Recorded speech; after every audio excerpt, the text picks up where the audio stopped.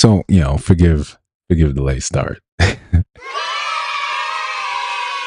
wanted to create something sort of like different, beautiful, right? A little more elegant, a little more classy, and go back to an old hat of what we tried to do in the very beginning, streaming on vertical and horizontal. So we created a whole new format for a whole new series. So there are bugs to work out, but we're being ambitious. And we're being ambitious. And I think that's part of what we're supposed to be doing. Right? We're supposed to be making an attempt, trying to be better. It's always the name of the game. And sometimes that means last minute changes, but we'll work it out. Whenever you're trying something new, everything goes wrong at the same time, but you still try to press on. So listen, we're going to try different things over the time, but for this one, we want to be ambitious. Right? For very real reasons we're going to discuss tonight about when it comes down to, right, when we're talking about growth, when we're talking about setting a standard. And hold on, let's get us a little tunes to relax a little bit. Like I said, depending how you found this, depending where you are, we're on both streams. We're on both horizontal and we are on vertical, and we should be in sync for the most part. So depending where you are, depending how you find this, come over, say hello. I think vertical is going to be great for new people come in, and I think they say horizontal stream should be better for subscribers. But either way, we think this is important, so we are going for maximum sort of output. In the past, we've what's going on? If you're new here, glad to see you in the chat. Welcome. We're going to be talking about your mental health, our mental health. Since we realized we don't really need a license, right? If Dr. I am Brian to show us anything else, we can just gather a place together. We can come up with some solutions for ourselves. We may not have answers, but we can at least come up with one or two things that may be able to help people along, because we know it's trying times, and we often don't create spaces in which we can do anything to address those things. So on the channel, we have multiple streams going on. We have the Money Mondays, we have Subscriber Sundays, and we want to create something here unlicensed where we can talk. And sometimes the best way to help people out is by first being the person to basically go first, like Casanova did on the what Age of Disclosure, right over there. I'm like, what's going on? I'm always happy to see my brother in the chat, right? And this is excellent segue, because a lot of my growth has come from this man, right? My brother. He's been there to help sort of guide and push me in the right direction that I needed to be in order to see any real change going on in my life. Sometimes you need that person to basically cut through a lot of your bullshit, right? Cut through a lot of your ego, right? We're going to be talking a lot right here today about setting that standard, and why it's important for you, man or woman, to hold to that standard. And it sounds like a very simple, silly thing to do, just to say, right? Hold to the standard, hold to a standard. But what is a standard? Standard for me, right? And I'm going to be talking to me, and hopefully you guys can relate. I hope you guys chime in relation to some of these things. Standard for me is all about how you are when no one's looking, how you want to be in the future. You think about it, like sometimes when you're too stressed, right? You're too stressed. So much is going on in your life right now. You cannot concentrate. You cannot think. So you revert back down to a certain level, a certain persona, right? The way you are when you're sleep deprived, the way you are when you're highly annoyed, the way you are when your brain is kind of shut off. That's you. In the military, they talk about you train to a standard. You train to a certain way to be. That way, when you're stressed, when the world is beating you down, you revert to the level of your training. That's why you train over and over again. That's why boxers train all the time. The best boxers train all the time. Most people, when you're talking about the physicality aspect of things, they do it all the time. So the unconscious, subconscious just takes over that role. They're not necessary. They don't need to actually physically input anything else. They're there. They're on autopilot. To me, that's the beginning of the standard. When you get to go and know, hey, when you and your woman are arguing and she's in your face, she's giving it to you, you're getting the business. You never cross a certain line because you hold to your standard. You're always the person you are, but you have to go about developing that. So personally speaking, one of the things that I like to do is first kind of envision what it is that I'm looking to be, who I'm looking to be, how I'm looking to move. What does that look like at all times? It's important because this world will put you on the back foot. Whatever you do, you're trying to make something, you're trying to be great, you're trying to go out there and do anything, the world's trying to put you in the back foot. It's going to find a way, it's going to find some sort of mechanism to get you off kilter, especially the larger your dream, the more instances you're going to have to be taken off the path. And if you don't have a standard, you'll just kind of dip wherever. If you know you're not this type of person, then you know you never do this.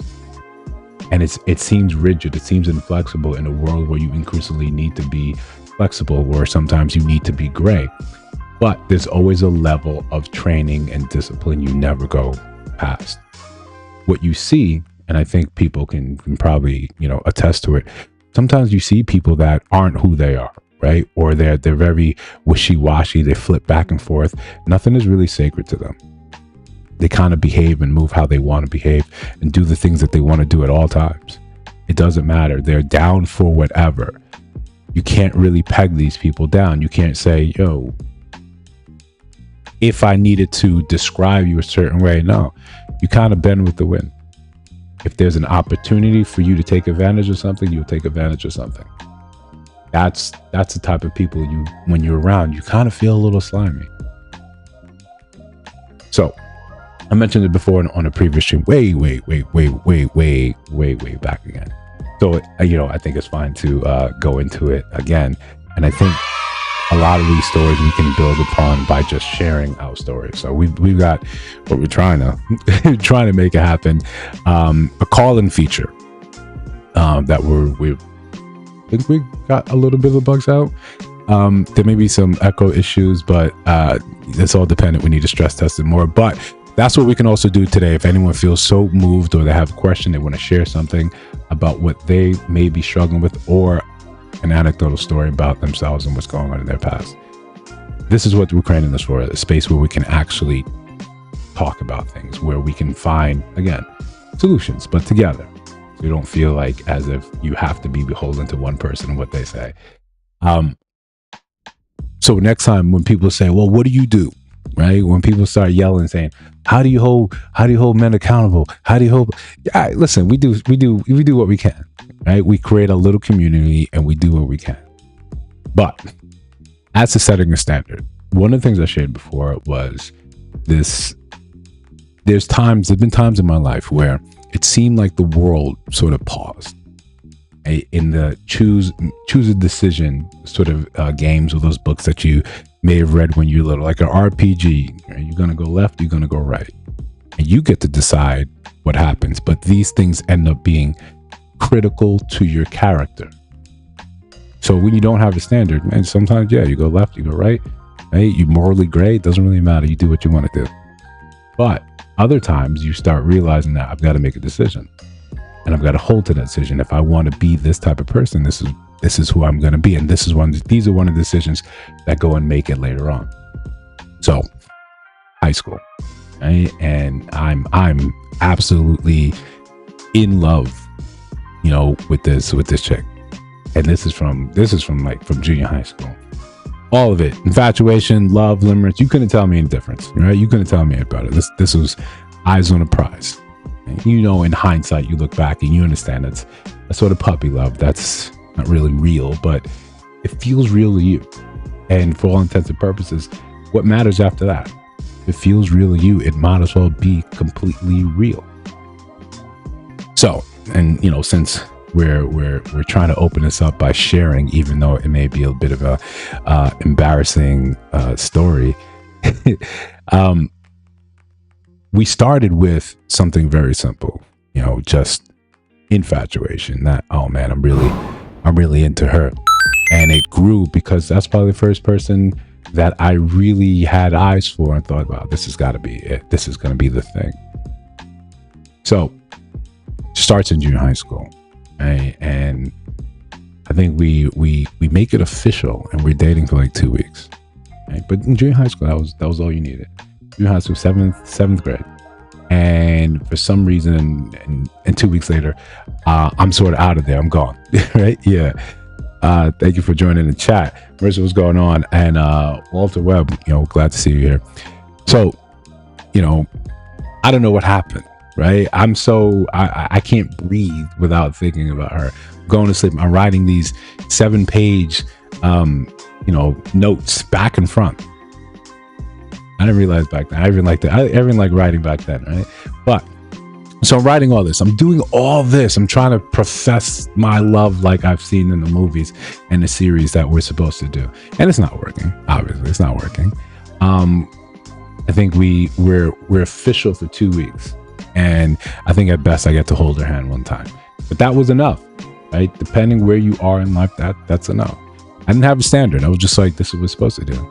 So I pine over here for 8th grade and 9th grade, and again, I'm sharing this lore. I'm just trying to now double down on all the things that they said you're supposed to do. I'm thinking this is supposed to work. I'm thinking this is how we make this thing real. But reality is often very different. Yeah, whole 4-page letter. Whole 4-page letter. So, we're talking, and she's like, "All right, it's Valentine's Day is a coming. Valentine's Day is a coming," and she's telling me all the the sordid history of all the times she didn't get a Valentine's Day gift in the past, right? So I'm listening to this, right? Because I'm super attentive guy. But I'm also still good with the schooling, right? I'm still good with the schooling. This is 10th grade. So take 7 pages back and front, and leading up to that, what I end up doing is all the years that she did not get a gift, I got a gift for her, like an age appropriate gift. So if 2nd grade she didn't get a Valentine's Day, I got her something you would get a 2nd grader, right? And I involved all her close friends. All right, this is gonna go down at lunch, right? Like the movies. It all goes down at lunch. This is where we're gonna make it happen. So, simple. Every friend that she had during, the letter would direct her to look a certain way, look at a certain friend. And then that friend would go up and give her a gift, right? The age appropriate gift, right? So, of course, it's going to be a spectacle. But what I've learned or come to understand back then, it's not just you get a gift. You could get a bunch of stuff and dump it on someone's lap, and they'll be like, "What the f- is this?" they'll literally be like, "What am I supposed to do with this?" But if you make the presentation matters sometimes just as much. So I go with the presentation idea, right? So 7 pages, and there's like maybe 14 gifts, because that's how many years she did not receive the gift. I think this is smooth. I think this is beautiful. I also have a biology test that I absolutely kill it. Right? I kill it.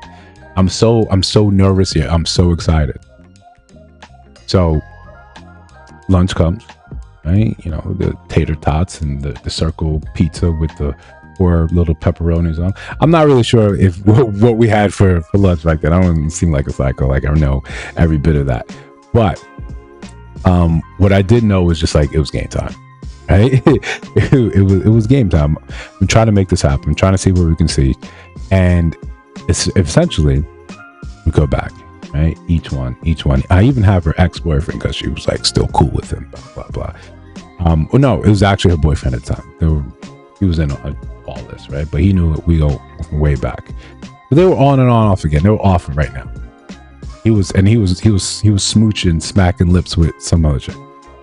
But so we do all this, and I'm thinking, all right, man, this is it. I am in.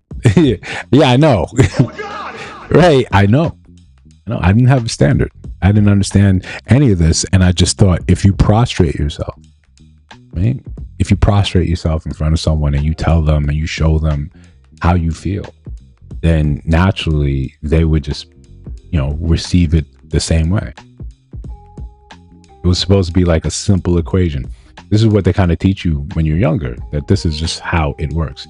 You show them this amount of love and attention, it's supposed to come right back to you. We didn't know any better.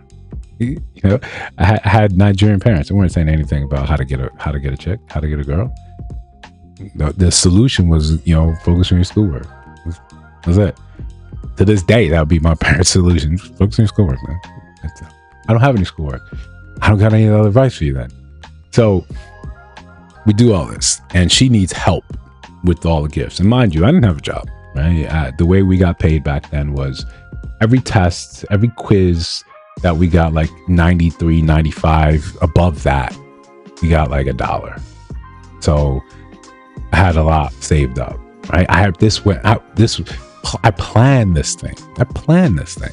So, I understood her favorite character was like Babs Bunny, all this. I made this all accordingly.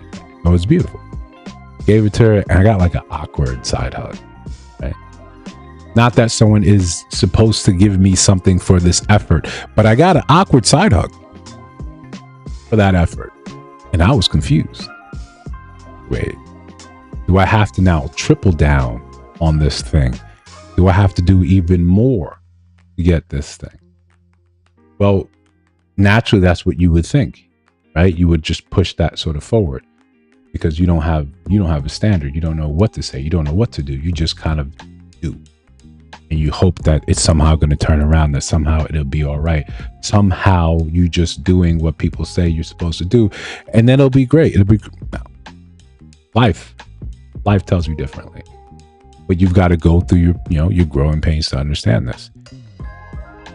So you fast forward a couple months. She's out of school. Called in. She said I was sick. This is back when we had quarters, so we had to go to the payphone. And right after school, payphone. Right, I go to her place. She said, "Oh no, I just I told them I had my period because I didn't want to go to school." Right, cool. Cool, but I'm the whole time I'm worried about her, right? I'm worried about her because again, I'm just doubling down. I'm just thinking if I do more, then I'll get more. But we all know better that life doesn't work like that right now, right? So more effort doesn't necessarily turn around and mean more success. You just kind of get what you get. While you watch other people do less and get more than you, you start counting on your fingers and saying, "Why is this not working?" It sounds good. You telling me all the things I'm supposed to be doing, but it's not actually working. So I go to her place, right? And now this is how many years of unrequited, real affection. You got enough to string you along to keep you going. So I get to the place and opens up the door and I'm watching MTV, music videos, whatever. And we're really just sitting there together doing the damn thing. And we get to that awkward moment where I'm looking at her eyes and she's looking at my eyes and I'm seeing her eyes dart towards my lips. And I'm like thinking, this is the moment, right? This is the moment. Oh, God. Finally, right? Mind you, all I've got was a side hug and some hand holding way back in 7th grade. So this is my moment. This is my moment of shine. The only problem is she's dating my boy. She's dating my boy, right? This could be a problem, right? This could be like a small problem. And then it's one of those times that you have, MTV and chill, right? This is one of the times you have that opportunity to get to decide what type of person you are. It's probably one of the, not the earliest memory, but one of the most poignant memories I remember saying, it's important for me to decide who I am and the standard in which I'm going to carry myself. Am I going to be the type of person that sneaks their boy? Even the type of person at that moment that can just justify what they really, really want over what they know is right or wrong. Well, I chose not to be part of Slytherin, although I think that's the better house. and just like, all right, I got to let this go. And I had Winter Fresh in my mouth because, you know, back then all we did is chew gum. We were so cognizant of bad breath. And the Winter Fresh melted in my mouth. I remember, you know, going to the sink and just spitting out, just dribbling out, and it was disgusting. But that's how hot and bothered I was, right? This is how hot and bothered I was. And I remember walking back, and it's now like 8 p.m. And now I'm walking back home, but I'm proud, right? I'm proud that I didn't give in to that. And that for me, it started this little stepping stone, this little bit of foundation that I think I started building upon and saying, we hear so much about pride being so detrimental. Pride cometh before the fall. But being proud of the decisions that you make gave me I guess a cleaner feeling of pride. I didn't feel like I did something wrong. I didn't feel like this was wrong in any type of sense. I felt like that was a good decision. You should be proud of that. Why did we not trying to stack more and more moments like that, right? This is us taking ourselves back into the present time for us men, right? Because, you know, I can't speak for women and what they like to do. That's why we trying to create a call-in show where you can come and share your own story. But the whole point of it was to say, now that we had that opportunity to remove ourselves and just say, why today are we not stacking moments of where we're just proud of our decisions? It's like when you strip us away, strip us of all that makes us who we are, then we start trying to like really respond rather than make informed decisions. Rather than say, we should be moving like this, we should be doing this, this is better for us, this is worse for us. All we're doing, like an exposed nerve, all we're doing is responding again and again and again and again and again. In reality, that's not how you're supposed to be. That's not how you're supposed to move. You're supposed to understand, okay, this is the game, this is what I'm looking to do, this is what's important, this is how I make these things, this is how I make better decisions here. You don't get that opportunity when you're just kind of responding, when you're on the back foot, when you just move in and move in and move in. So how do we start setting that standard? You start saying, who do you want to be? What do you want it to look like? It's a thought process first, right? Where the mind goes first, the body will follow. You have to, I liken it sometimes to thinking about Super Saiyan. Right, that imaginary sort of look, that image, that perfected image, or the thought that, you know, in the multiverse, right? In the multiverse, there's versions of you that don't rest, right? That version of you that is disciplined, that goes to the gym every day, that does the work they're supposed to, that doesn't doom scroll, that doesn't waste hours of time, that doesn't stalk your ex's page. That version of you, you know, would beat the version of you today, who you are now. And I never want to be, when all the, like, you know, if anyone here is familiar with the comics, then shout out to my brother for the Doom shirt. When you see all the times when Spider-Man ends up with a bunch of his variants, you got to think, you don't want to be the least, right? You don't want to be the least version there. They're like, oh, you never even got powers, right? Oh, Mary Jane, you never even met Mary Jane. Oh, Gwen Stacy never got the number. You don't want to be that Peter Parker. You don't be that version of yourself in the multiverse. You want to be the one that said, yeah, I want better. And this is where I'm thinking about more and more pride, where it's become tied into what I do. So when I create something, when I'm trying to get good at something, the first effort, the first thing, right? The first step, that's usually the hardest thing for you to do.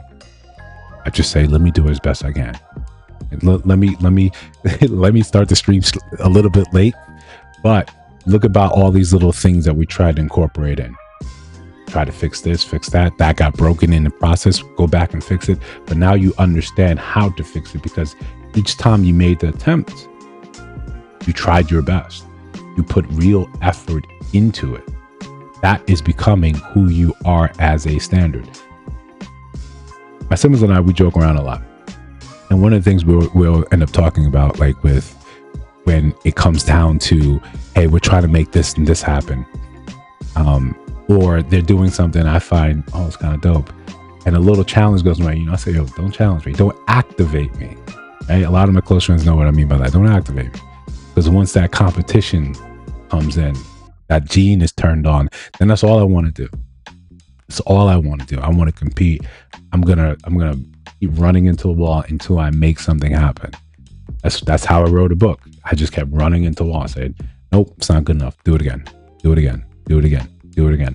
Until you amass enough skills, enough talent to make this thing happen. It's not an overnight thing. It's not I just touched this and look, it's an amazing thing. No, it takes time, it takes effort, but you do it again, you do it again, you do it again, you do it again, and you do it again. That's the standard. Anything I touch, I want it to be known, like, yo, he put real effort into this. If you need something from me, and a lot of my friends can attest, hey, can you look over this? I don't know how to word this. I don't phone it in, right? Like, I'll stop what I'm doing and try to put real effort into that, because that's the standard. Now, does that get you in a place where sometimes people end up trying to take advantage of that? Yeah. I had a friend who moved like that.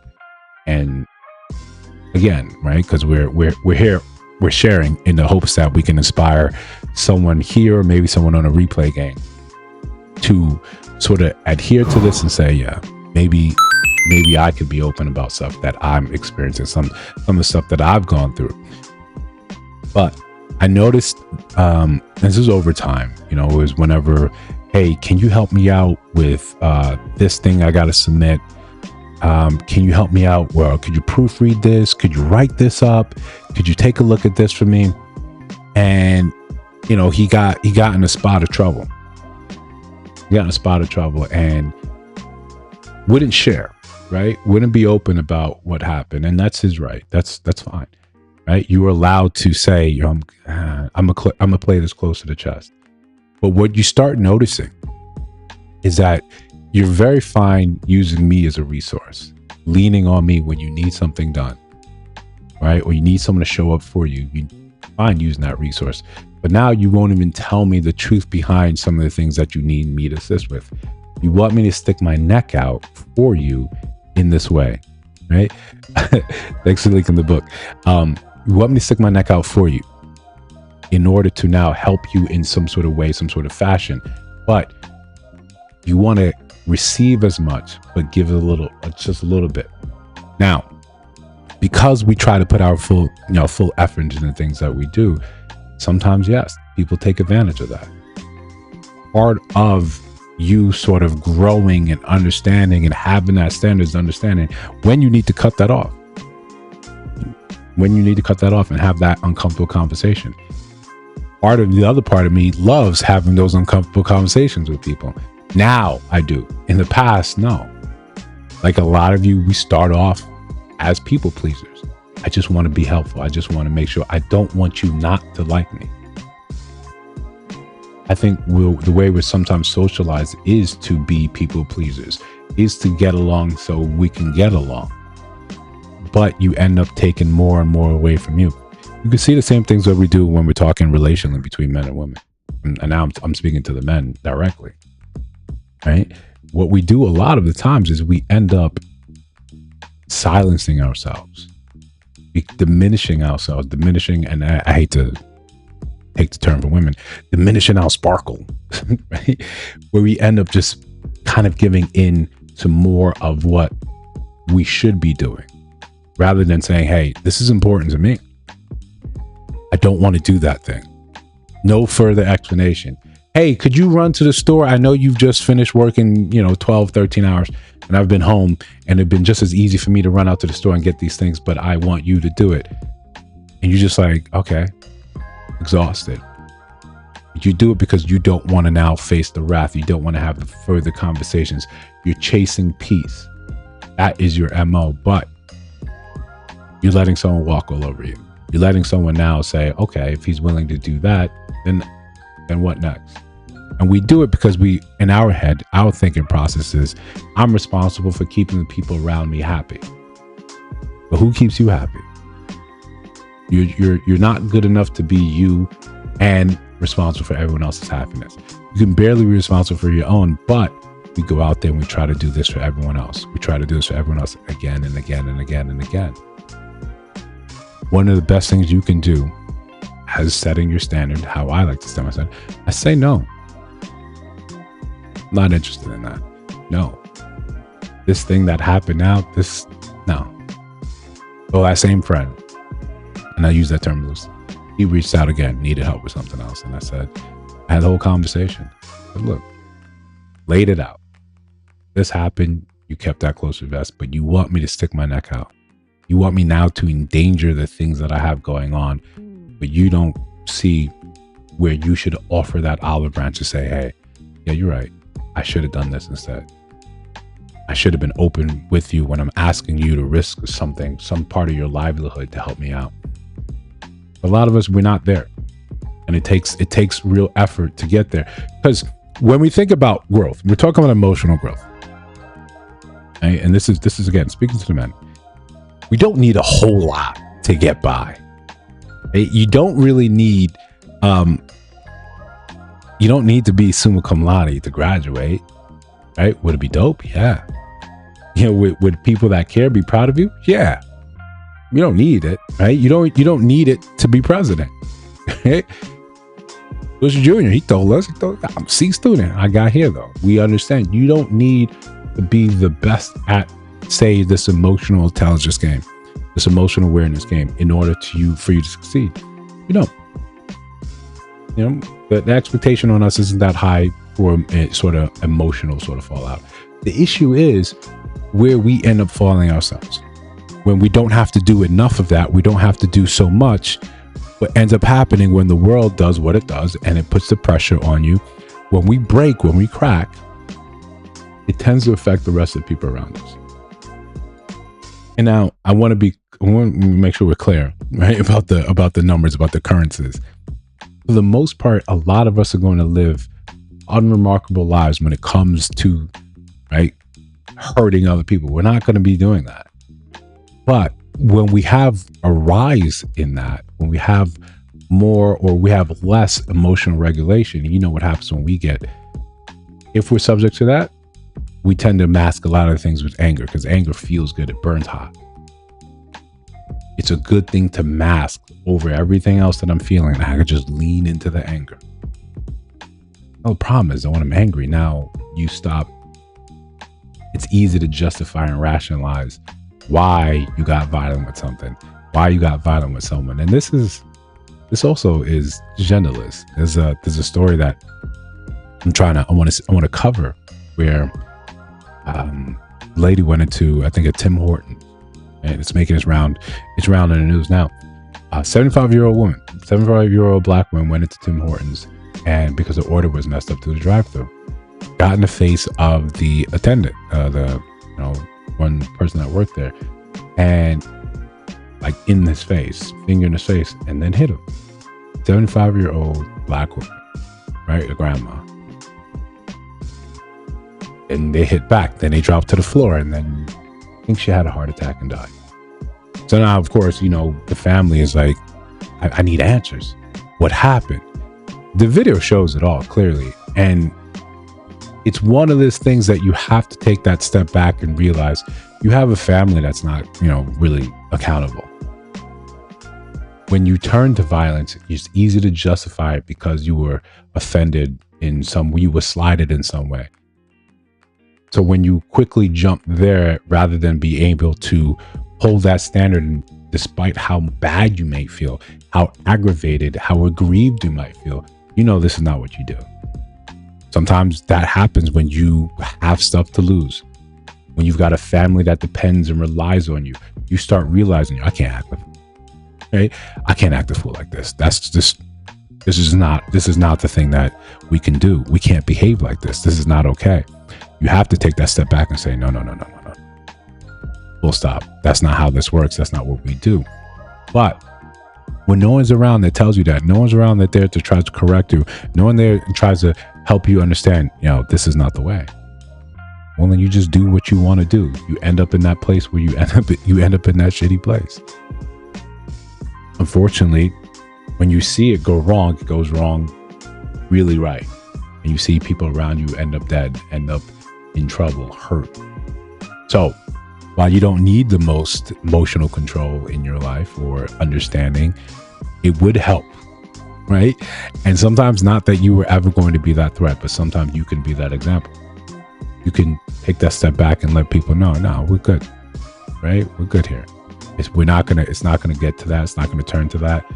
And they could see you, and maybe you're that example that they need. You're that person that they could say, what would Eze do? You wouldn't behave like this. And part of that, right? Again, we go back to that pride. Part of me is always thinking a bit like Vegeta. Like, who are you to get me out of pocket? Who are you to tell me to come and push my buttons and then all of a sudden I can't control myself? You shouldn't be, and I hate, saying, as a man, but one of the things that we need to be in control, right? And yeah, I'm not talking about the world. I'm not talking about conquering planets, like Saiyans, but I'm talking about in your own self, your own destiny. You should be the one, right? We mentioned this before in the stream. You should be the one that's in control. You should be the one that gets to decide where you fall on things. People shouldn't be able to simply say a couple words and get you off kilter, off base. Think about it in a term of no one, like when you give people that anger, right? You're showing them that anger side of that emotional side of you, that one that's affectable, right? That's you being vulnerable, right? That anger that riled up, that's you being vulnerable. That's an exposed nerve, right? Just follow me for a second. It's an exposed nerve. In reality, what it should be for you is people should see that stoic, controlled side of you. That's what they should get. Vulnerability is for intimacy. It's an intimate exchange. When someone's driving on the highway and they cut someone off and now they're hooping, hollering, screaming, they're getting out their car and they're yelling, all this is exposed. All this is exposed nerves. These are people that are completely vulnerable. They're showing, I cannot control it. I'm gone. I'm so gone. This is not a flex when you're shooting, you're screaming at someone, your fingers in their face, you're just blowing your top. I think we've created a society where we think this is expression. This type of expression should be louder. I put that person in place. Or when you finally come down off that high, you look and you say, all those actions that you normally would have taken, you didn't because you were vulnerable. You were exposed. Now you shared this intimacy with some stranger, some person that actually annoyed you, some person that was looking to possibly hurt you. You see this when, in the domestic violence situations. You see this when people in intimate partner violence, screaming back and forth. If you were to think, to reason and say, does any of this get me closer to my goal? What is my goal? If my goal is to make up with this person, would not be easier to sit back and chill and relax and think, what am I doing now? Does this get me closer to the goal? The screaming at her, hurling things at her, throwing her against the wall, hitting her, does that get me closer to my goal? If your goal is, if you don't know your goal, then it's hard for you to direct it. Part of the standard I'm trying to set, I try to realize it, and it's one of those things that you attempt and you fail, you attempt, you keep going back. Okay? This is where the growth happens. This is the secret sauce. You just keep trying. You try it again, you try it again, you try it again, you try it again, you try it again. Eventually, sometimes something's gonna stick. Right? You don't realize that you're making, just like you're losing weight. You don't realize the changes because you look at yourself every day. These things become incremental. And sometimes when you mess up, it feels like you're taking steps back, but you're still moving forward. Your job is to realize when you fail at something, that's still a data point. There's still something for you to continue to move forward on. This is the mentality you should strive for. It's almost as if, and we say it in this way, you get so obsessed with this that the rest of the world just seems kind of unimportant. The most important thing to you is about you getting better.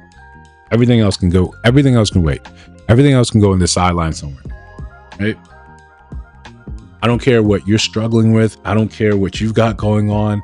This person slept with this person. All I care about, I'm trying to get better. So this is happening in the news. Yeah, I don't care. I'm trying to get better. I'm not where I need to be. I'm emotionally affectable. Someone can come and take me off my position easily because they said something that I didn't like, or they instructed me to do something I didn't want to do. Same thing happens when you go to work. When you don't have a standard, your boss comes and tells you some news that you don't like. What are you going to do? Flip out? Hey, internalize all that heat, all that anger? For what? To go back home and to realize in a few hours you got to go right back to work anyway? Most of the time. And all of you've had bosses, supervisors that simply antagonize you because you're antagonizable. We're not all genuine articles. We're not all actually doing the things that we're supposed to do honestly. Some people like going to work just to lord over their position over you. I'm your supervisor. I'm this, I'm that. I'm better than you, so I'm going to make you feel it. Everyone has that experience going to the DMV, right? Oh, you're missing this. You didn't cross this T. So this whole thing, this thing that is critically important for you moving on with your life, you can't do it today. You got to go back. You got to go fix this. All this is wrong, right? And I think there's some level in there where people simply just enjoy doing that. If you're supervisor, very well dressing down without being angry, that's the best way.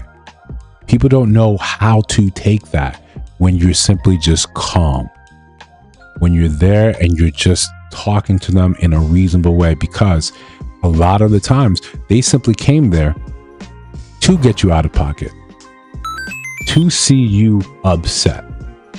One of the best things that I've come across, that I've internalized, is having that sort of just stoic response, just completely seeing unbothered when someone comes in there and they're trying to test you. I had a situation at work that came in and said, "Oh, I heard you got a degree. So which one?" Right? You're trying to test me in a room full of 15 men, right? Trying to pull strings and say, "Oh yeah, I got my master's because I'm Nigerian, and I wasn't a full grown man until I got a master's." Now they're kind of disarmed. But yeah, I'm not someone you can just kind of poke and prod, and then there you go. There he is. Now we see the real him. It's intimate, right? I'm selfish like that. You don't get to see that. That's reserved for the people I actually choose to have in my life. My family, my friends. These people get to see the real parts of me. You don't deserve it. And this is me trying to weaponize my pride, trying to point it in the right direction. Because once you're emotionally affectable, then the rest of your castle starts crumbling. You see that in relationships when sometimes, when people are used to struggle love, when they're used to dealing with someone that is been combative. That's what they've associated with love. That's what they've associated with affection. Instead, now, you guys cross paths and you guys are trying to make it go of things, but you don't seem to be easily taken off the path. So sometimes that person's now going to look, right? And I make sure this is gender, right? We're gender fluid here, right? That person now tries to antagonize you, to check. This is the heat check. This is the way, hey, do you actually have feelings for me? Does any of this matter to you? Because you just don't seem affected. You just don't seem to care. I've heard that many times in the past. You just don't seem to care. No, I do. It's just, we're new. You haven't unlocked that caring sort of aspect of it yet. This is a thing that you have to evaluate and make sure you just don't give this to everyone that you see. Not everyone is worthy of that part of you. People have to earn that position in your life. It sounds cruel, right? But to me, it sounds good. Let people show up for you. Be open to allowing people to become important to you. You give them that chance. You give them that opportunity, but at the same time, you're wary. You're watching. Trust but verify. Those are just good words to live by. But that's part of the standard. Knowing when you are being sort of attacked in this subliminal way, in this way where someone's trying to just get you off the rocker. Sometimes it's jealousy, sometimes it's envy, sometimes it's they don't know any other way to communicate. I'm not saying, right? I don't want to go further and say, turn the other cheek, don't hurl against them. I'm the worst person in my family to do that, to champion that cause. You want compassion? You best find my sister, right? Best find my brother. Me, I'm the one that says, hey, that one did us wrong. Okay, now let's construct a plan to, you know, get revenge. But you know that has to be a thing that's activated at the right times. That's not how you should be going out the rest of your life. Not because, let's say, you can get away with all of it, right? It's because it changes you. It changes who you are. This is another thing where, say, this is why you having that standard is important. There's going to be so many opportunities where someone disrespects you, someone gets after you, or where you take it as the perceived, like you perceive that someone did something to you. Sometimes it's just, they've done nothing, but how you take it, how you took it because of what you've gone through that day, what's important, what's affecting you. So if you're not aware of how you're actually feeling emotionally, and this happens all the time with me, especially as I don't get enough sleep, and you're around someone and they're doing something, they're saying something, and you are annoyed, and it sounds or it feels like it's them, but you got to take that breath and say, wait a second, let me do that heat check first. What's going on with me? Because I was that person before that would simply get grumpy, get grouchy, and take it out on the people around me. But those people are always the people around you are the people that you want around you, people you actually love and care about, but you take it out on them because you don't know the difference between what's affecting you and what is being affected by you. It's not that hard to do, right? And for most of the things that I try to look at as a man, I'm always trying to blame myself first. I'm always trying to say, what did I do here to affect this? Now, I'm saying all these things just for an example of how I like to set my own standard. Because once I'm firm in that, there's really nothing you could say or do. Right? And like we take this YouTube journey for an excellent example. We come on here and we're closing in on the first year. It was going on over in this on the horizontal one. So when we started this, like I said, almost a year ago, there was a thought, okay, how are we going to do this? Right? Just simply, and I made some videos before that you guys would never, ever see. Right? They were filmed on the camera. I took the flash card, I burnt it, and then I scattered the embers and the ashes to the wind. You'll never see it. It was terrible. Right? Not that what the first videos you put out were superb.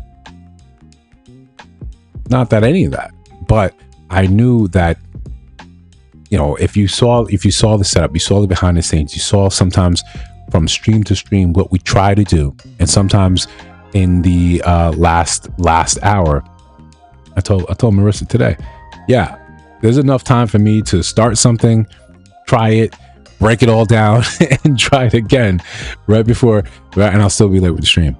It's just like, yeah, that's it. I'm like, yeah, it ain't easy. I'm like, yeah, that's actually really fitting. You know, so starting the YouTube journey and then dealing with a lot of detractors, you know, you get a lot of hate because you're putting out an opinion. And it's very easy, right? For originally, you know, I'm checking every single comment I want to respond to. I want to make sure my point is well defended, it's well taken, it's well understood. And then you begin to get a better grasp of the scope of things. That people live so radically different lives than you do. What they're doing, what they're feeling, what's going on in their lives, it could be radically different from you. Radically different. And you're here trying to make sure that they adhere to what you believe. Oh, someone didn't like this. Okay. And that has to be fine. I don't have the ability to tell someone that they're wrong, that they should believe what I believe the way I say it. In fact, I think most people should disagree. Right? The way the things I think make sense to me. Right? I think they're well thought out, at least they're well defended. But when I'm wrong, I want someone to say, yeah, I think you missed a step here. It only strengthens me. It only makes me better. But that's a process that, one, you got to get your ego out the way. And I, you know, it's easier for me to do that now than it was in the past. infinitely easier for me to do that now than it was in the past. Because I take pride in the attempt, in the product that I'm trying to put out, rather than, is this completely 100% right? It's the same when you're trying to learn a language. You get nervous of speaking because you want to sound and you want to enunciate, you want to pronounce everything perfectly. You get so nervous you don't end up speaking. You don't end up really learning the language because you're too afraid to speak, too afraid to make the attempt, or you're too open to the criticism. I've had, one person that I knew loosely in real life. We went to the same high school for a couple of years, really knew my brother, and came and was not happy about what I was putting out. And I'm always very cognizant of the women that I know and women I have in my life, that they're Black women. And when you consume a lot of stuff on the internet, especially in red pill and red pill adjacent spaces, places in the manosphere, you hear a lot of people be very denigrating towards women. And I try to stay very, very far away from that. I may say things that you may not agree with, but I don't ever feel like I'm slandering or I'm bashing women. I'm just saying, hey, there's things that we can learn from these videos. We try to extract lessons, sometimes flat out say, this is why I use this video. I think for the most part, a lot of us are doing better or trying to do better, want to do better.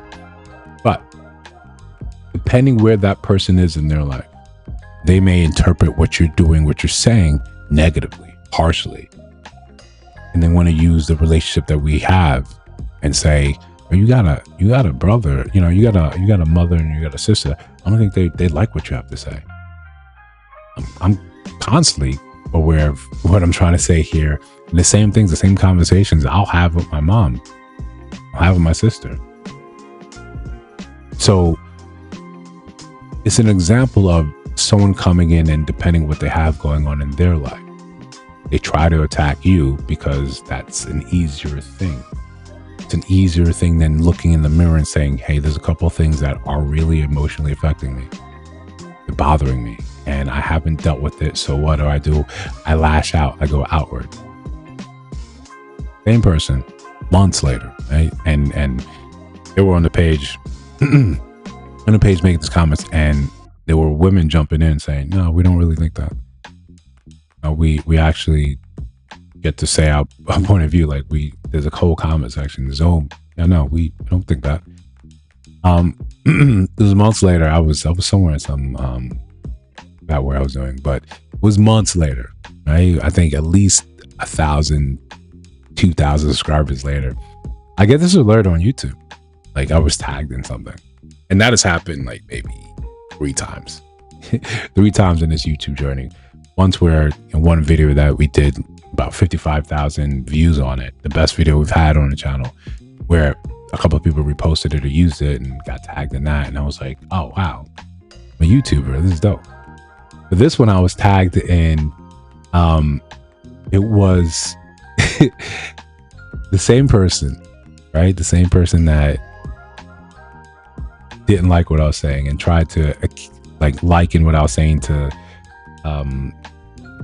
statutory R word about, I think the comment or one of the videos on the comment was saying something about when we were younger, when we were in high school, junior high school, we witnessed, right, and most of us, this is true, especially millennials, we witnessed a lot of women, a lot of girls our age dating dudes in high school and in college, dudes with cars, dudes with full beards, right? And it was likened to what like Nia Long was saying, just about that very thing happening. And the guy tried to make it seem like this is what I was talking about. Like I was condoning this. It was like, no, we noticed that. That's why like later on when men are dating younger women, legal young women, when there's an age gap, that's why we look at it kind of strange. Like you engage in that very behavior that now as you're older, you were condemning, right? Like right. We saw it. It was fine back then. And it's one of those things, like I said, we had to accept it. What did I have to give her when, I've got snot running down my nose? This guy, has a BMW. I mean, it wasn't the M package, but it was a BMW. I was on foot. Right? I was with a bus pass. What am I supposed to do? Nah, I've got nothing approaching game. Now you shouldn't be with him. You should be with me. I wouldn't even know what to do with you outside of hold your hand and buy you Valentine's Day gifts that you don't appreciate. We just had to say this is the game, right? This is just how the game is. On to John Adams High School, BB Queens, on Rockaway Boulevard. But this is just how the game was, and this is first of all just in New York, right? It's in New York. Yes, they bragged about being with them. Yeah, we got called all that. Listen, this is not a dog pile moment. This is just being a vulnerable moment.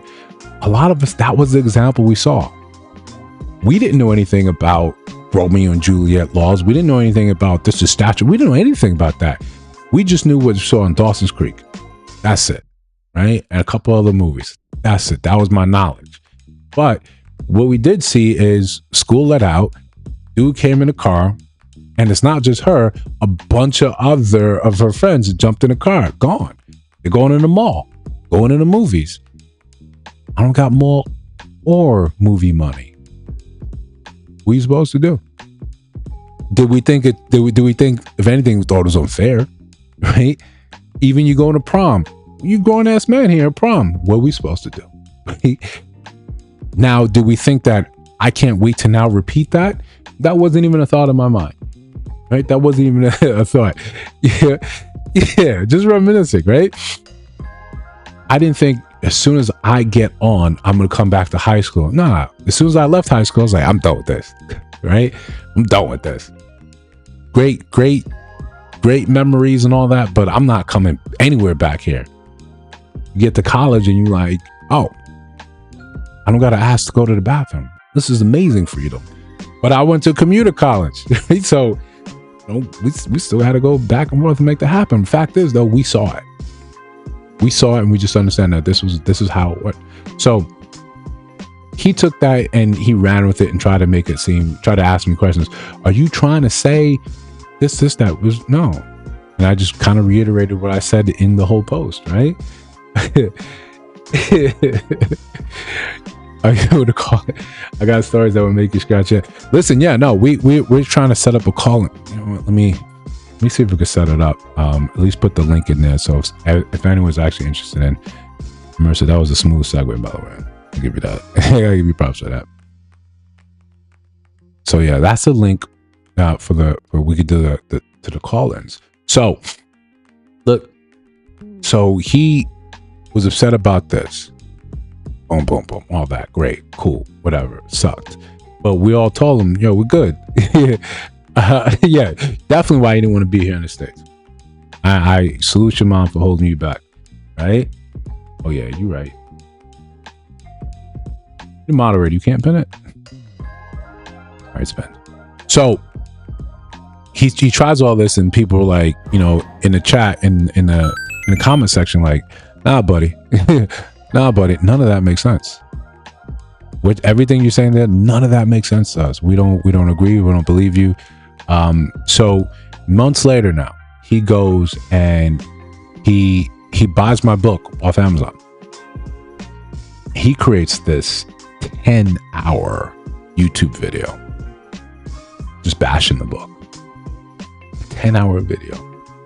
Think about how many 10-hour video, right? And I get the YouTube notification. Like, oh, someone tagged your son. I go click it. I'm like, what is this? It's him reading the book and already just saying how much he doesn't like this, how he doesn't like that. Then he also went to Amazon and gave it a 1-star rating. Now we talk about being emotionally affectable. We're talking about how easy it is for you to be hurt, right? Oh yeah. I didn't do anything to him. like legitimately, I didn't do anything to him.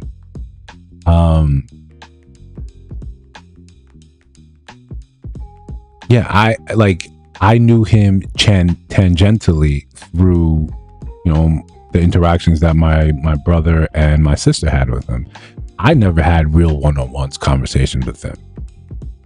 Sometimes fake outrage, yeah. And I'm left in this position, right? I'm left in this position like, all right, bet he's upset. He just went and created, he did all these things. What am I supposed to do now? What's the move I'm supposed to make? Can I go to Amazon and tell them, yo, take down a review, it's this, and explain all this to them? Do I go and interact with his 10-hour video? Am I emotionally affectable? Or am I just like, I bet. Let me go about my business. And at the time, I think we had just maybe hit that, 1,000, maybe 1,200 subscribers. And I just thought, okay, all we're going to do is business as usual. That's all we're going to do. We're just going to keep pushing, keep doing the things that we've been doing all this time. And then when we look up and whenever he decides to check in, whenever he decides, oh, this page gets shut down like I intended, whatever he's trying to do, all he has to know in reality is like, we're not thinking about you. Our lives haven't really changed. We just still are trying to, engage on this journey, trying to create more and more. This is the best solution I've ever found out. It's just that your attention is the entirety of the existence. Your attention is everything. How much attention you devote to something. And a lot of people, when they are, again, emotionally affected by themselves, when they are hurt, when they are broken, when something is going wrong with them, when something is happening in their life, they want you to be affected. They want you to come out of your place, to put you on the back foot. Here's where it's crashing out. Definitely, right? And that could have been a nice Sunday, Sunday segment. This is definitely you trying to, but to me, it sounds more like you want the attention. You need the attention. And I'm just looking at like, I'm a very, very small channel. I'm new at this. I'm going to make mistakes, but I don't think I'm saying anything that's demonstrably hurtful or something that my people wouldn't be proud about, that they wouldn't come back and say, how dare you say something like this? I think in reality, they'll, no. Do I say things that my siblings probably don't agree with? Yeah, probably. That's fine. They say things I don't agree with. Why? We're not all copies of one another. We're all supposed to have our own thoughts, beliefs, and actions. That's just got to be fine. That's just how the game is. So we leave it, we take it, we keep it pushing. We just say, in my head, I'm like, I hope you get the help that you need. I hope you get the attention that you're looking for somewhere, but that's not me. That's not here. The way I look at it, and this is where the pride comes in again, right? This is where the pride comes in. The way I'm trying to move, the things I'm trying to do, I'm on an ascent. I'm moving in a certain direction. I'm trying to be better than I was, last year, every year. I don't want to find myself in the same position. When people talk about me, I want them to be like, you ain't slow down yet? You ain't get fat yet? I want to run into people that I used to know way back when. I want to look at them and we have that silent exchange like, yeah, man, you stop trying. Stop trying. Right? Oh, what have you been up to? A little bit of that. A little bit of that. Right? I could go off to Mars and be like, no, same old, same old. But we all know what the same old is. If you're curious, if you're a little bit in touch, it's like, yeah, no, making things happen. Sometimes you meet someone new and they ask you, what do you do when you start talking? And you keep talking because you never stop. You're always trying to do more. That's me. That's the revenge. Oh, I had this and this to say about his channel. Okay. I tried to get at him. I bought his book and tried to flame it. What did he do? Nothing. I don't think he knows. That's it. That's it. To me as a man, that's it. I love moving and shaking like that. Just like, yeah. Cool. Do what you got to do. It's a free country. Do whatever you want to do. I'm good.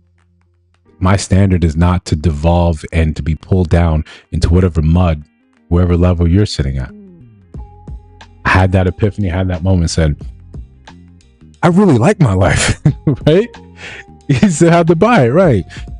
I said, "I really like my life. I like the direction it's going in. I like the things that I'm trying to do. I like the things that I'm failing at. I like that I'm pushing the envelope in areas that I think that are important." Can you say the same thing? I know I don't have to check in with you to see, "Yo, are you okay?" Well, I did. I think I told my siblings, like, "Yo, check on him. He might need help. I don't know what's going on with him." But we never had enough of this sort of reaction or the interaction where any of this is warranted, where I'm beholden to you, you're beholden to me. We may have said 5 sentences to each other. Like, all right, you know, what are we supposed to go from here? All I can say is just wish you the best. And that's as effectable I like to be, because you know what? Crashing out like that shows that person that, yeah, you're out untouchable. They weren't sure before. They tried it because you consider it. Someone has the ability to actually reach out and talk to you. They know your siblings. They can reach out and grab your number. Your mutuals on the other socials. You can reach out and talk to me at any point in time. But you choose this place where you're trying to destroy something that I'm trying to create. Why? This is what I hope that us as men sometimes realize. Not everyone that's around you, not everyone that has your number should have access to you. That's another standard. I used to be just like you guys. It sounds good. Right? Just picture, just follow it. You get a notification on your phone and you run to respond. You want to clear out those notification badges. We're trained to zero those things out. We're trained to make sure I reply to every single message. I reply to every single email. That thing is zeroed out. It annoys me when I see something there. And then maybe 2 years ago, I had this thought. Dark side voice. Exactly. Yeah. You know, just hit him with the mega beams, right? What do you say to Batman right before Batman punked him? He said, "Yeah, I could destroy with a single blast of my mega beams." Like, whoa. I have a power demon in me. I'm like, I don't care, right? I'm about my business. So, yeah, that's the preferred sort of outlook. You know, I like. You don't rate. People around you, when you give them that type of access, when you show them that sort of affection and attention, it means that, one, they are important enough to affect you. You're not, right? You're not. You can't be. You know, I won't. Yeah, I absolutely won't allow it. You call that arrogance, you call that pride, whatever it is. To me, it keeps me in where I need to be. You don't get to just come in and destroy that peace. That's reserved for people that have that level of trust. It should be a sacred position. It's not one for your boss, your supervisor. That's, you know, swimming, you know, breathing down your neck to get these things done. Not at all. That's not for the chick that you went out, you know, you saw on the street, you tried to talk to her, and she shot you down in the worst way. That you got it, right? You got it. That's it. The amount of, like, and we've covered a multitude of stories of just topics on the channel, and a lot of it comes down to you're affected. Everyone that we've covered, most of the people, they're affected in some form or another. To me, again, this is the pride thing talking. It comes off as, you guys seem weak to me. Not you guys, right? It just seems like, it seems weak that you're able to simply say, hey, someone came and said something to you, and now you're off base. You're off kilter. You're bothered. You're sad. How many stories start off with, you know, such and such? Let me tell you, men just aren't men in today, because I went on a date and this happened. You had an interaction with one person, and then this happened, and then you were upset, and then you're sad, and then everyone here else is bad, is evil, is the worst thing in on the planet. No, to me that seems like you're weak. You could be easily swayed by whatever someone has to say. Sometimes it comes down to you simply empathizing with someone else did, their interaction, and now you think that's the truth. Some stories are simply, yeah, men hate women because this guy said this and this other creator said that, and that's your sample size. That's all you needed to further that opinion. I look at that often just as you don't want to do any critical thinking for yourself. It's easy to go along with the crowd, but the crowd is literally walking off a cliff. The crowd is working against its own self-interest. What are you supposed to do? How do you square that? Right? And you guys know, you probably know what's the name. Call Her Daddy. That podcast. For time, one of the largest or the largest podcasts in the world. Definitely the largest female podcast in the world. And a lot of it was just about, yeah, man ain't shit. Just like MJ Gray was telling you all that stuff. And what happens? They benefit from leading you down a certain path. You listen to that, you internalize that, and you in yourself, you say, yeah, these things ain't shit. This is shit. You say all of that. And then turn around, what happens? You see them get married, get engaged, pregnant. And a lot of people are left, a lot of women are left saying, yo, what? The one of the leaders in this space, one of the queens of this space. So if all men ain't ish, why do you have one? Married, happy, pregnant. Why? Well, you listened and you forgot that this was a business. When we let people lead us by the nose, when we let people lead us astray like that, we kind of deserve what's happening. All you have to do is take a pause and think about what you want in life. What I want, and I mean, there's a double-edged sword to what I'm doing, but I just want to be better, and I need full access to a 36-hour day to make that happen. And even then, if I had that, I'd still not sleep enough. But that became my passion, my drive. I'm attempting something, I want to put my full effort into it. I want you guys to know, yo, Eze was here. Eze tried this. This is what he left. This is what he actually managed to make happen. Rather than just, you show up and you're just like, okay, it is what it is. This happened, this didn't happen. No, put in that real effort.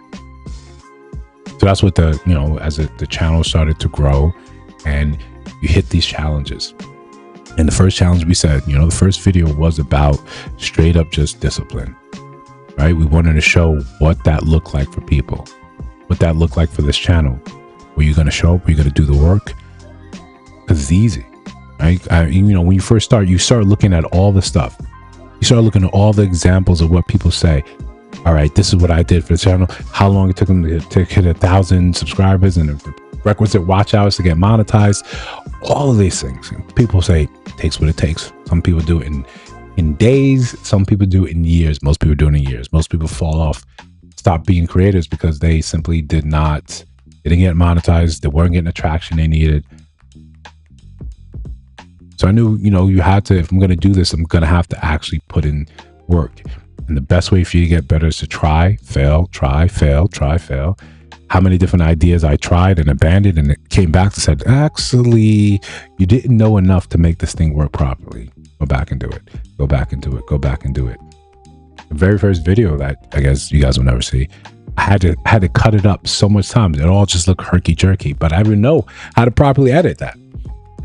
And now I'm enjoying making the the American Greed videos. I'm just looking at this like CNBC would be proud. Right? This is a great video. This is a fantastic video. And then you make something like this that you put your heart and soul into, and then it gets like 38 views. And you're like, damn, that's all right, let's do it again. And that has to be the mentality. That has to be the mentality. There's so many different variables that go into why a video gets traction, doesn't get traction, whatever. You start having to realize it all comes back to home, and you get to decide what you're doing for yourself. You can be, as creative as you want to be, or phone it in. Sometimes it does make sense. Sometimes the phoned in video does a lot better than the high effort one. And you just got to shrug your shoulders. I guess. Yeah, I guess. We try to change up the editing for shorts, for long form. And at a point in time, I want it to be a point of pride when someone looks at the video and says, oh, that's kind of dope. that's good. That's good enough for me. I was kind of okay, right? That's kind of dope. Add trailers to the beginning of lives. I think it's kind of dope. And, you get to sit there and giggle about it. You get to amass all these different skills or all these different things that you can do now, simply for the love of the game. But I know part of that comes down to you have to have all these other areas in your life taken care of. Probably one of the hardest things that I'm doing right now is dealing with the psychology of putting stuff out there, putting high effort into something and not getting that return back. Everything else, most of the other things I've done in my life, you can see that return, or at least you understand the time frame in which you're working on. When other people's opinions, views, their usage time, all these other things become a factor, when an ever-changing algorithm becomes a factor. And then when you start comparing yourself to the giants in the space, and you left saying, what am I doing wrong? What am I doing wrong? You're comparing yourself to a giant. You're comparing yourself to Zeus and saying, why is Zeus getting results that Zeus gets? Zeus did the work when he killed his father, right? Zeus did the work. I didn't do the work. I'm still doing the work. My path isn't the path of Zeus. It's not the path of Kronos. It's not the path of Titans. I've got to sit here and build it. Like Franklin saying, I got to build it, brick by brick. We got to try stuff. It's got to fail. We got to try stuff again. Got to fail. Even today, as we try this stream, okay, are we not getting the views we want? Yeah, we want thousands of people in here. But does that mean it's not worthy? No, we try again. We try again. We try, fail, we edit. You got to get obsessed with that process. I'm saying, again, I'm speaking for me and what's worked for me in my life. When I've not been like this, is because I didn't have a path. I didn't have a standard. So anything that happened was enough to take me off the path. It was enough to make me meander and wander around. She said this, she did this, I'm upset.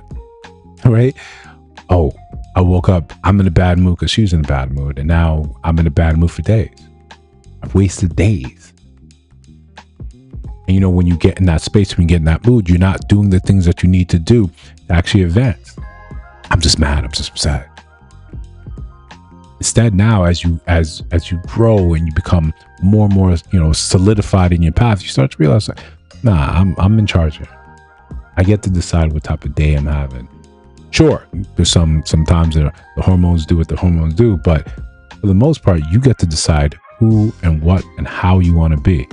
No one else gets to make that decision for you. No one else gets to come and say, yo, Eze, you're going to have a bad day today because I deemed it so. It doesn't work like that. Let those people rock. You make sure you know who you are and how you're moving. That's all that matters. Right? And that's my thought process. That's how I think about it. That's why I'm so bent on you having a standard. You get to decide the type of man, type of woman that you want to be. And no one else gets to take that away from you. No one else has that right, has that privilege. You don't let other people just come in and say, yeah, congratulations, here's your bad day. It's an intimate thing. You're not allowed here. Peace, peace, love. Best of luck somewhere else. That's my point of view. That's my point. But look, we got a call-in show. So if anyone has a call-in, want to share a story, anything that they've been going through, at least we can stress test this thing bit by bit. No pressure. Right? We know, just like this channel, this is going to be an ongoing thing, an ongoing endeavor. We're trying to make this a bigger thing, and it's going to take time. Right? Like I said, we're coming up on a year that we've had this channel active, that we've created this thing. It is what it is. It's going to take time. We understand this is a multi-year endeavor, right? And we may get to the point where YouTube changes too significantly, and there's nothing that we can actually do. Hey, the algorithm has decided this is now what we're doing as an algorithm. The stuff we're doing now doesn't make any sense. Or it goes so far left that it's no longer a viable strategy in life. But at the very least, we'll have a whole body of work, of effort that we say, oh yeah, no. It's not because they're lazy. It's not because they didn't make a go of it. Here it is. Look what they've done. Look what they've accomplished. Look what they managed to do. This is what we're trying to accomplish. This is what we get to set the the tone. And people could look and say, look how they started. Look where they ended up. To me, that's the goal. That's always been the goal. how many subscribers, how many views, what can we do along the path, what type of impact can we make in the space. Can we create a place where men and women get to talk and have it out about things that are really bothering them? We're going to make the attempt, like everything else. How big or not that goes, that's dependent on, you know, the viewers. That's depending on the algorithm, how the algorithm decides the algorithm. YouTube is as YouTube is. There's not a lot we can do. We just do what we can. We show up and we do exactly what we can and what we can offer. After that, at least we can keep our head up and say, you know, we actually put in effort. We didn't sit by the sidelines and complain. We didn't buy someone's book and make a 10-hour YouTube video just upset at them. Okay? We didn't do anything like that. We sat down, we kept our head down. Oh, that shit's happening over there? That's cool. Here's how we're going to live. Here's what we're going to do.